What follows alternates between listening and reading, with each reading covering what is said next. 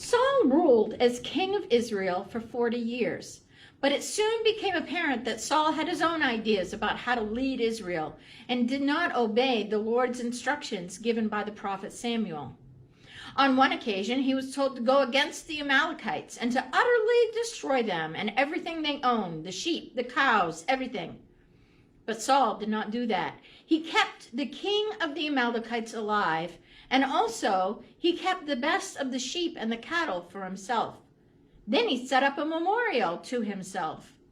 The Lord sent Samuel to Saul with the message that Saul had been rejected as king.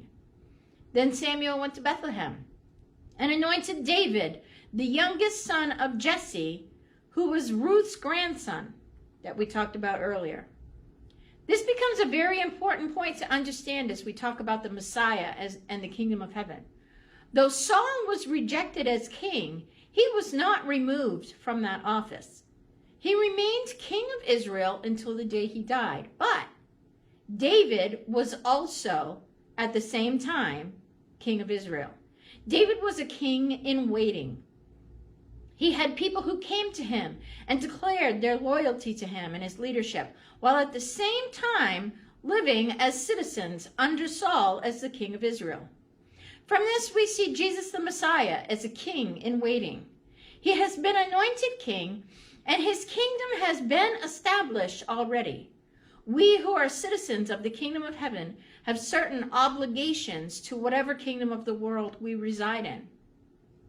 We have much we can learn about what we can expect and how we should live as citizens of a now but not yet kingdom from David and his mighty men. As king in waiting, David was chased by Saul in fear of his life. David and his family even lived in exile for a time.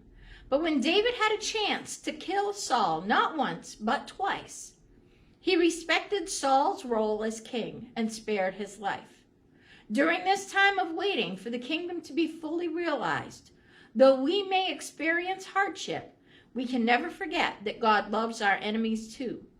This has been A Minute at the Manger.